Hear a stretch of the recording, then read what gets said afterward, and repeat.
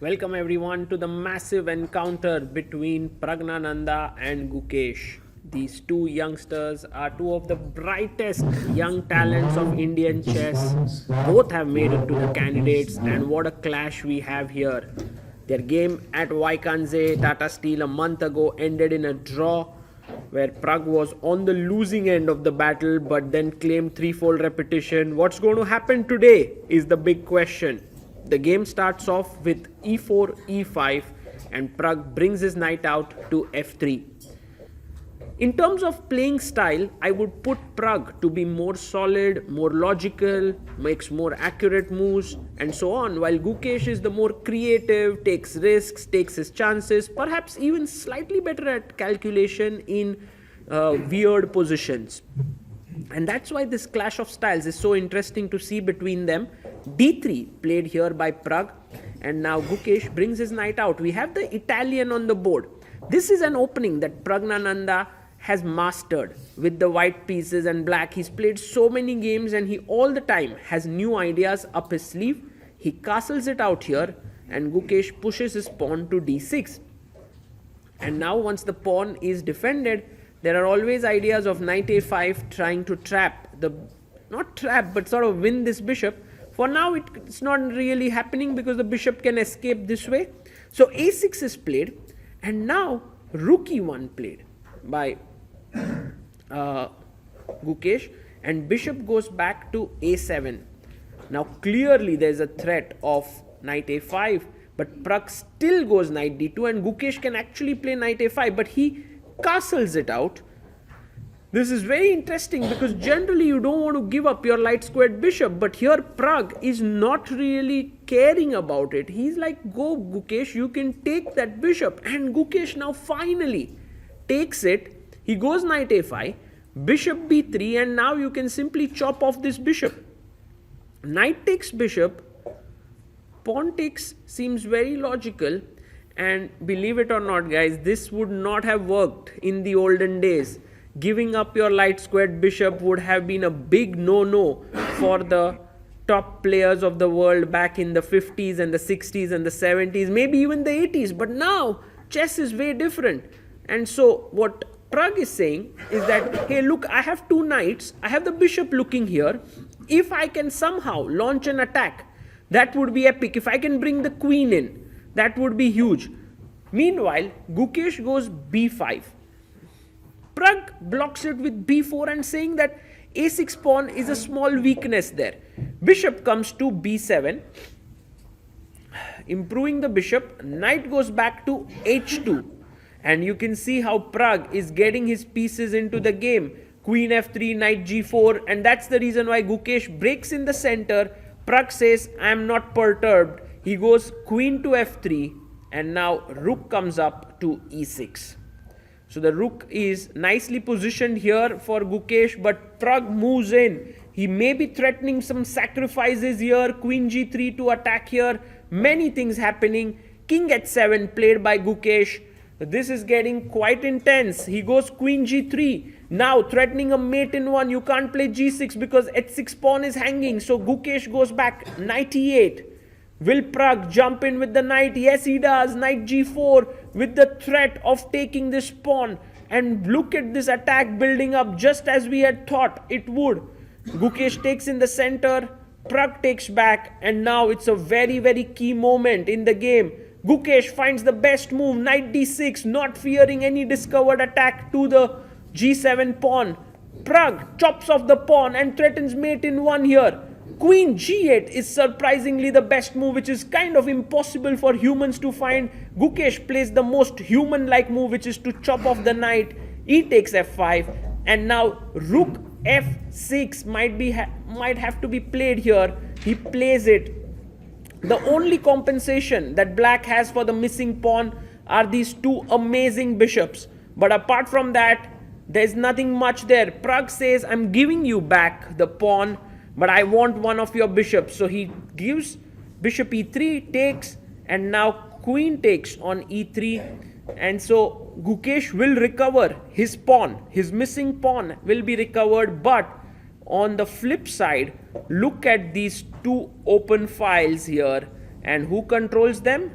Of course, it's the white rooks. Now, rook a d1, brilliantly positioned pieces. The knight can actually swivel around.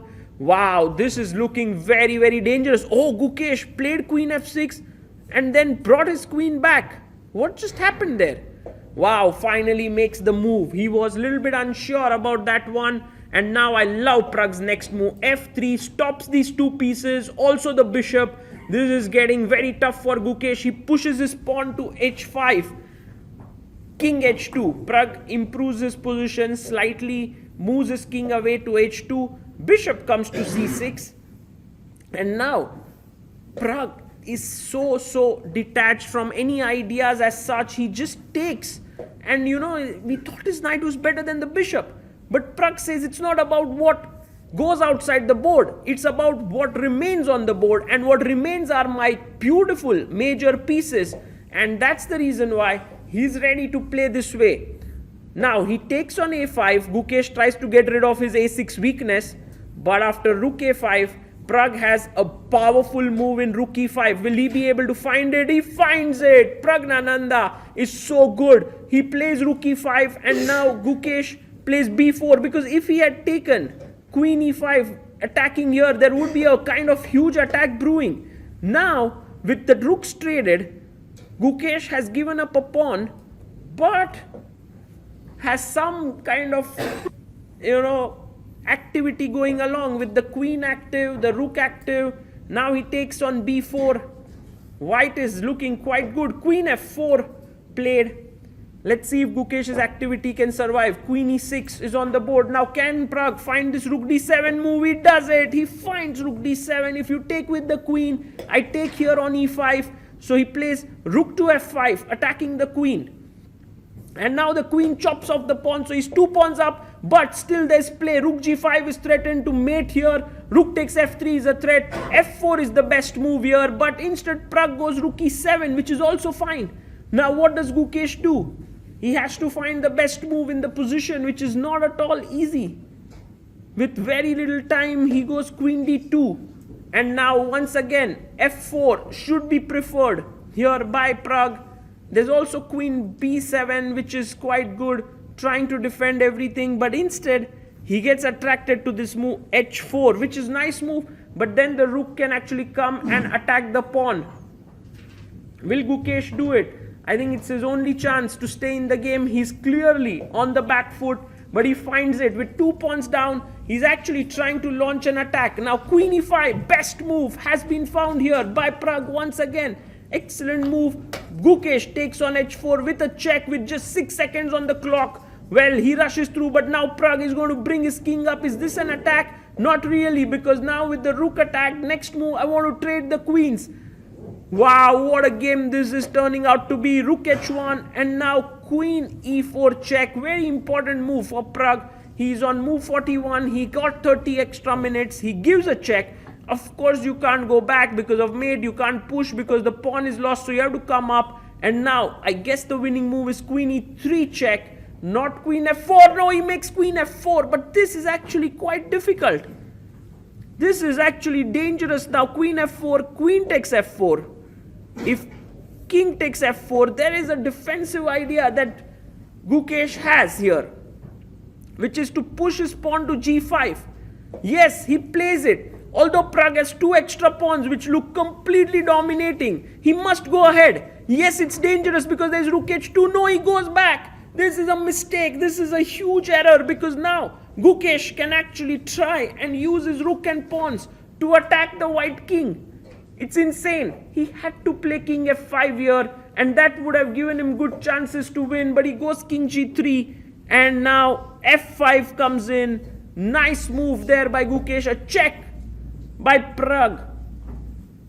And Gukesh moves his king back. Now the threat is to push, go rook b1 and attack from the side.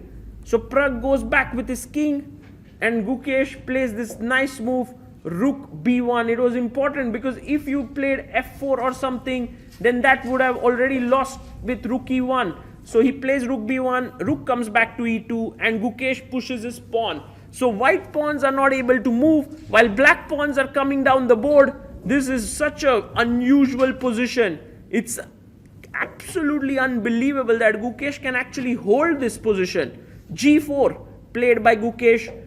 Pragg plays G3. He wants to sort of liquidate here. What can Gukesh do? He plays H4. Look at these 5 pawns standing opposite each other.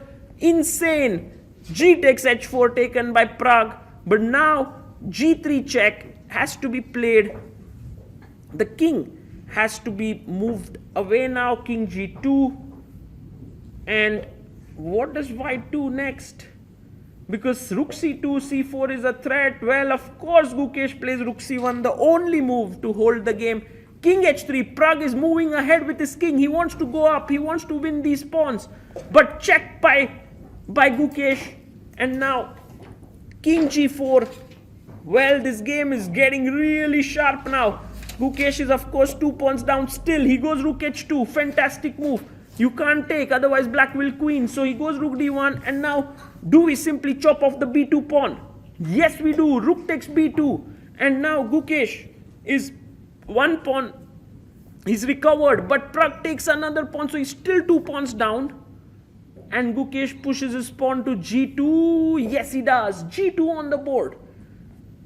Guys, remember, there is something known in chess as F and H pawns. Rook G1 played here by Praggnanandhaa, attacking the G2 pawn. Rook C2 played here. King G4 by Pragg. But now you will see that when Gukesh actually takes the C pawn, White takes the G pawn, there will be F and H pawns left. And this is a theoretical draw. Believe it or not. Unbelievable. Gukesh waits here. He's like, I'm not taking this pawn because he will take my pawn, so I want to wait. C4 played by Pragg. Pragg kind of forcing Gukesh to take the pawn, and now he takes it. Now let's try to understand this endgame because it is a draw. By the way, for all the people who want to learn it deeply, Surya Ganguly's course that I recorded has this F and H pawns very nicely covered in there. But how do you draw? Well, the thing is, after H5 check, King H6, you move in front of the pawn here that advances. Secondly, you keep your rook on A1 because when you do that, you are ready to give checks from the bottom as well as from the side. That's how important it is to keep the rook on the corner of the board. So here you can see Gukesh taking the long corner, Rook A1, and now Rook E8. Pragg tries to get a bit active with his king, of course, hoping that Gukesh falls for king takes pawn and a checkmate, which is not going to happen. Rook A2, king goes back to G4, and now Gukesh gives a check again. You can see Gukesh actually showing some stellar defense in this endgame. Very instructive the way Gukesh is defending king F3, and Pragg brings his king back. Gukesh puts his rook on the side of the board, and now Pragg plays Rook E5. So Rook is defending the pawn, and slowly Pragg hopes to try and make some headway, but it's not easy. Meanwhile, Pragg is actually looking at the game on the other side of the open section. There was Ilam Parathi playing his endgame there, and now Pragg goes Rook B5. He's waiting still, and Gukesh now plays Rook A2.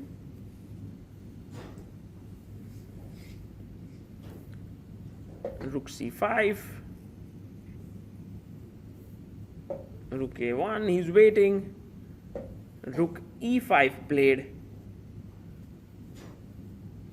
And Gukesh still keeps waiting. You know, there's not much progress, but this is a very important technique not to kind of give any checks or anything. Just keep waiting, and then when it's important, now maybe you can give a check. Exactly, check. King moves to F5, and again you go back to the side of the board. He goes Rook F2. He keeps an eye on the F4 pawn, and so Pragg moves his king backwards. Now Gukesh moves his rook to the side again. It's not so easy for Pragg to make progress. He goes king F3. If you had gone king D5, I think he would have once again attacked the pawn from the side.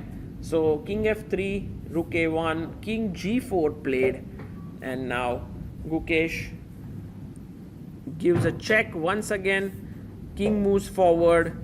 Pragg, in order to make some progress, has to do something different. For now, rook f1 again attacks the pawn on f2. King goes to now rook goes to e4, but this time you can actually pick up the pawn. When he doesn't pick up, he keeps this technique alive, which is move the rook to the corner of the board. Pragg goes king f6, and now Gukesh finally snatches the pawn. He's like, I've got some things rolling for me. f5 played, and now Gukesh gives a check. Rook e6, and rook a7. Well, Pragg waits with his rook. King h6 is on the board, and this is a theoretical draw. Gukesh knows it, so he's just very calm, cool, collected. He goes king h5, rook e6, and then waiting. Pragg finally has to make some progress somewhere, but it's not so simple because Gukesh is just waiting on the sidelines, waiting for the white king to move. Well, he goes and offers the rook for trade. Gukesh simply gives a check. If you block with the check, then he will go back, and so the king comes to g7. But I think now after king g5, this is a draw, because now the king stops the pawn. Rook f7, still defending it. The rook waits. Pragg pushes the pawn. You can still wait here, and yeah, this is over. He goes rook e7 and simply chops off the pawn. Pragg gives a check. They play until bare kings. What a game. Pragg was winning, but Gukesh defended like a lion. Let's listen to their analysis that they do post the game.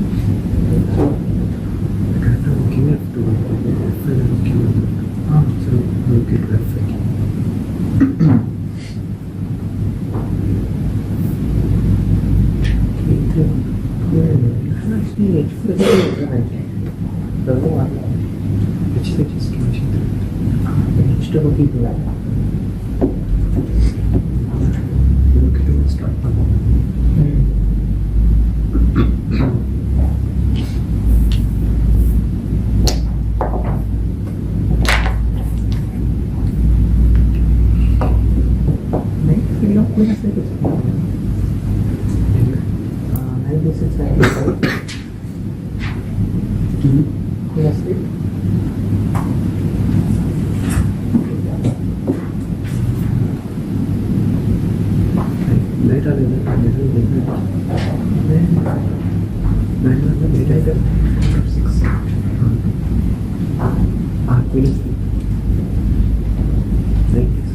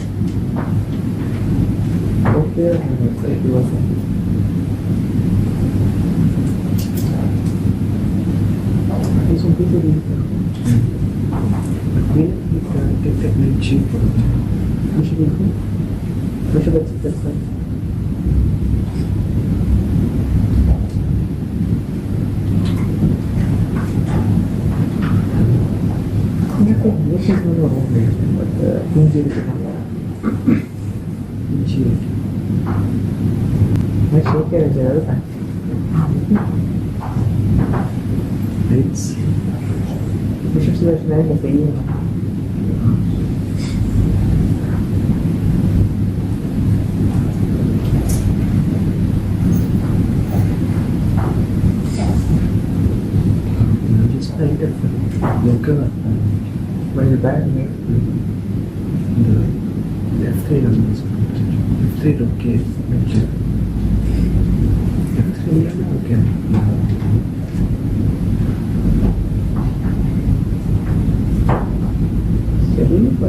Slightly better on that.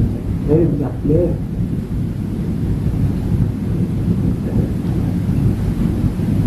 F3